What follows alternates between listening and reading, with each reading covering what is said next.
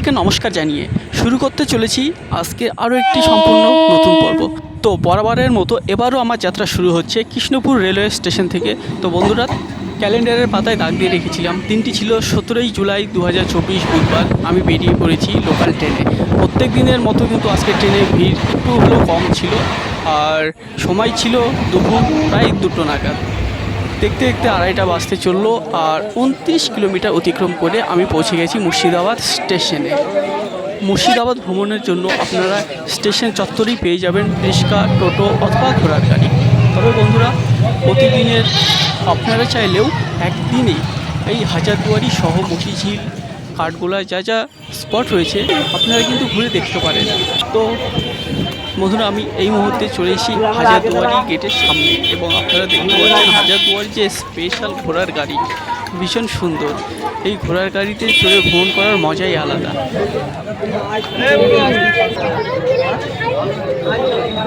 আপনারা দেখতে পাচ্ছেন আজ হাজারদুয়ারিতে কিন্তু ভীষণ লোকের ভিড় রয়েছে। বিভিন্ন জায়গা থেকে টুরিস্টরা আসছেন, কারণ দিনটি ছিল মহরমের দিন।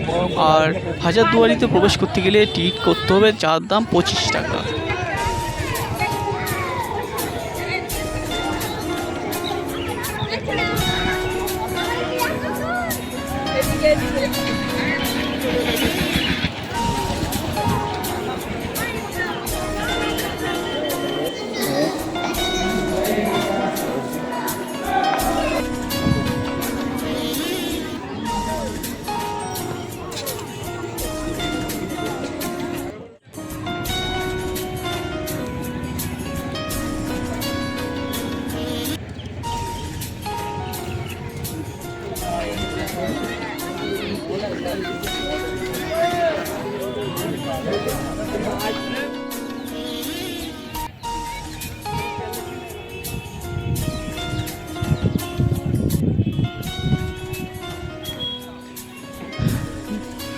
যাই হোক, ভিডিওটি আজকে এই পর্যন্তই শেষ করছি। ভিডিওটি আপনাদের কেমন লেগেছে অবশ্যই কমেন্ট করে জানাবেন। ভালো লাগলে অবশ্যই লাইক, কমেন্ট, শেয়ার করবেন। পরবর্তী ভিডিওতে দেখা হচ্ছে। সকলে ভালো থাকবেন।